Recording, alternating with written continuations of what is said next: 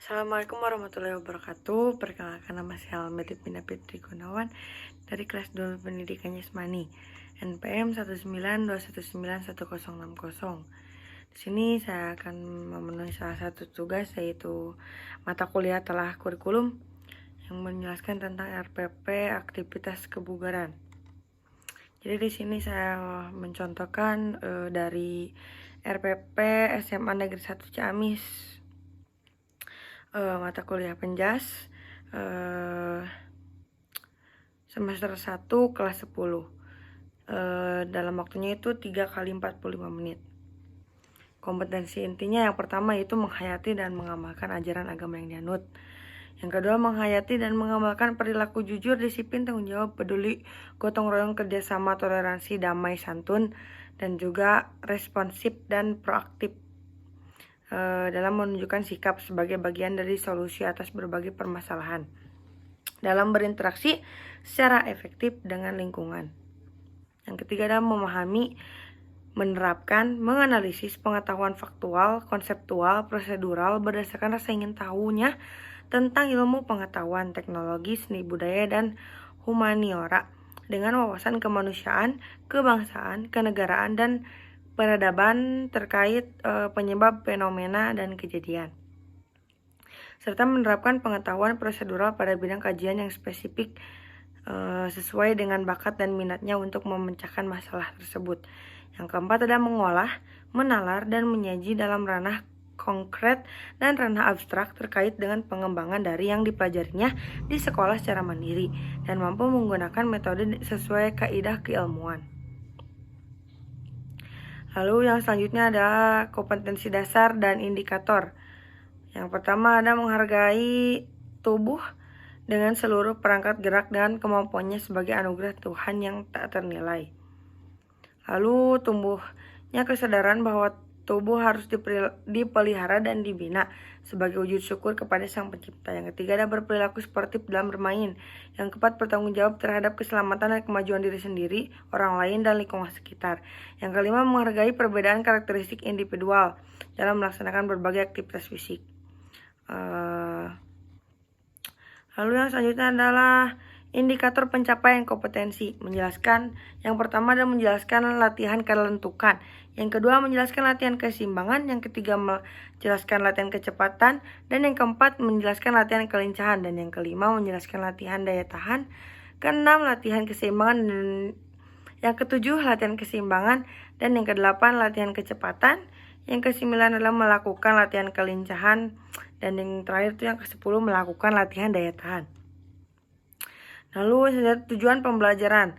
Selama dan setelah proses latihan dan diskusi dalam pembelajaran selesai, peserta didik dapat yang pertama menjelaskan latihan kelentukan, yang kedua menjelaskan latihan keseimbangan, yang ketiga menjelaskan latihan kecepatan, dan yang keempat menjelaskan latihan kelincahan. Yang kelima yaitu menjelaskan latihan daya tahan, yang keenam melakukan latihan kelentukan, yang ketujuh melakukan latihan keseimbangan. Sama halnya dengan menjelaskan dari yang urutan 1 sampai urutan ke-5, yang urutan ke-6 sampai ke-10 itu melakukannya. Dari yang pertama itu menjelaskan, lalu yang selanjutnya itu melakukan. Lalu di sini ada materi pembelajaran. Yang pertama ada teknik kelentukan, keseimbangan, kecepatan, kelincahan, dan daya tahan tubuh. Lalu di sini saya menjelaskan kebugaran jasmani. Pengertian kebugaran jasmani adalah kemampuan tubuh dalam melakukan tugas atau pekerjaan secara maksimal tanpa mengalami kelelahan dan mampu untuk melakukan kegiatan atau aktivitas selanjutnya. Unsur-unsur dalam kebugaran jasmani yang pertama ada kecepatan atau speed, adalah kemampuan tubuh untuk melakukan gerakan dalam waktu sesingkat-singkatnya. Lalu bentuk-bentuk latihan untuk meningkatkan kecepatan atau speed, yaitu antara lain yang pertama lari cepat dengan jarak 40 sampai 60 meter. Yang kedua lari dengan mengubah arah kecepatan mulai lambat, dimulai dari lambat, lalu yang kedua makin lama makin cepat. Jadi seperti lari bolak-balik dari satu lantai ke lantai yang berlawanannya, dari mulai lambat lalu semakin cepat. Lalu lari naik bukit. Yang keempat adalah lari menuruni bukit. Yang kelima lari menaiki tangga gedung. Yang kedua ada kecepatan reaksi. Kecepatan reaksi adalah waktu yang diperlukan untuk memberikan respon kinetik setelah menerima perintah atau rangsangan. Yang keempat adalah daya ledak atau power. Adalah kemampuan tubuh yang memungkinkan otot atau sekelompok otot untuk bekerja secara maksimal. Bentuk-bentuk latihan yang dapat meningkatkan daya ledak atau power. Yang pertama adalah melompat dengan 2 kaki, double leg bound. Yang kedua adalah melompat jongkok, dan yang ketiga adalah melompat dengan 1 kaki bergantian, seperti pecelek. Yang keempat ada kekuatan otot, adalah tenaga gaya atau tegangan yang dapat dihasilkan oleh otot atau sekelompok otot pada suatu kontraksi dengan beban maksimal. Contoh latihan untuk menguatkan kekuatan otot yang pertama ada push up, yaitu telungkup dorong dan juga angkat badan. Yang kedua ada pull up, gantungkan badan atau gantungan tubuh kepada salah satu tiang. Ketiga jongkok angkat tubuh. Yang keempat adalah sit up. Yang kelima ada squat thrust. Nah, lalu yang selanjutnya adalah daya tahan otot, adalah kapasitas kelompok otot untuk melakukan kontraksi yang beruntun atau berulang-ulang terhadap suatu beban yang sebenarnya maksimal dalam jangka waktu tertentu. Contoh dengan latihan weight training atau latihan beban.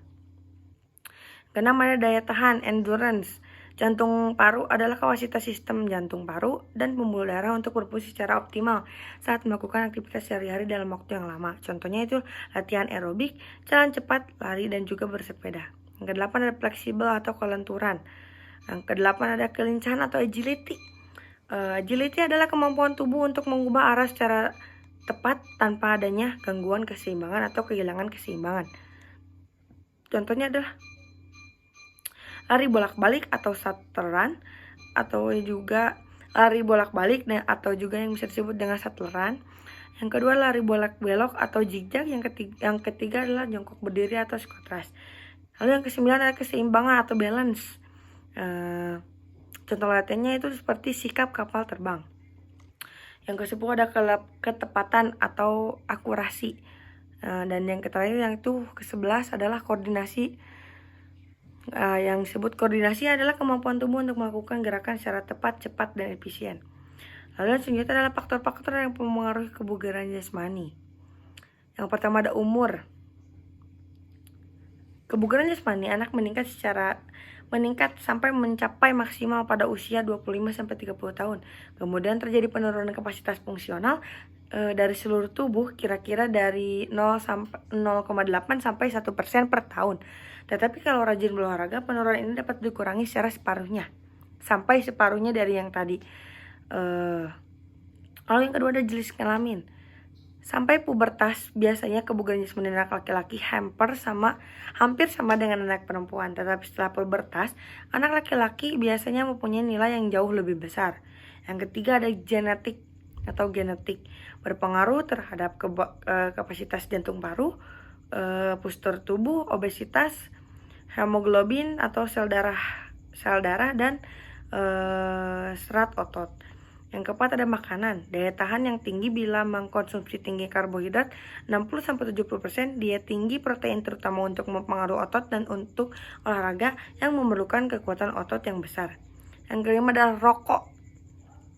Kadar CO yang dihisap untuk mengurangi nilai VO2 max yang berpengaruh terhadap daya tahan. Selain itu, menurut penelitian Perkin dan Sexton, nikotin yang ada dapat memperbesar pengeluaran energi dan mengurangi nafsu makan.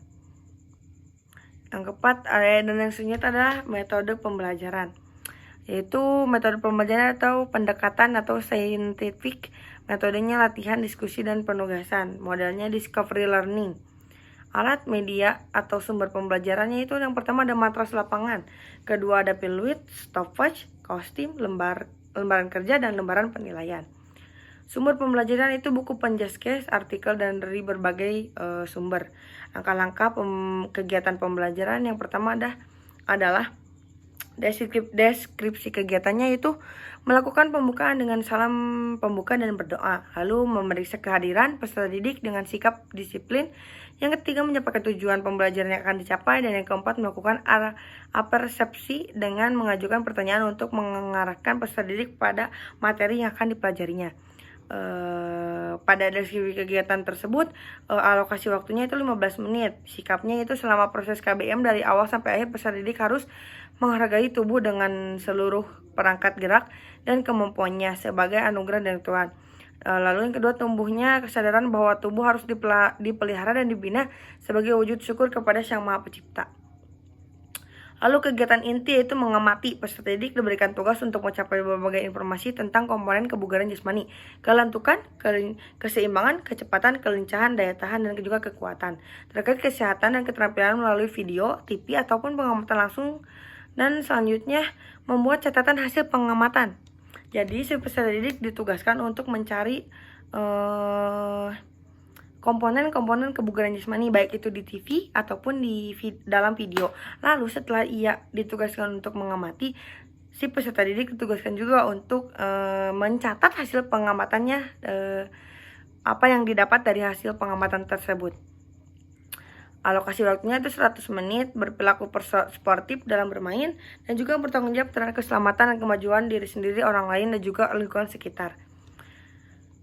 Lalu dalam KBM ada menanya. Jadi si peserta didik mencari informasi berkaitan dengan berbagai informasi tentang komponen kebugaran jasmani yang tadi. Untuk yang kedua itu peserta didik mendiskusikan kesalahan-kesalahan yang sering dilakukan saat melakukan gerakan kelentukan.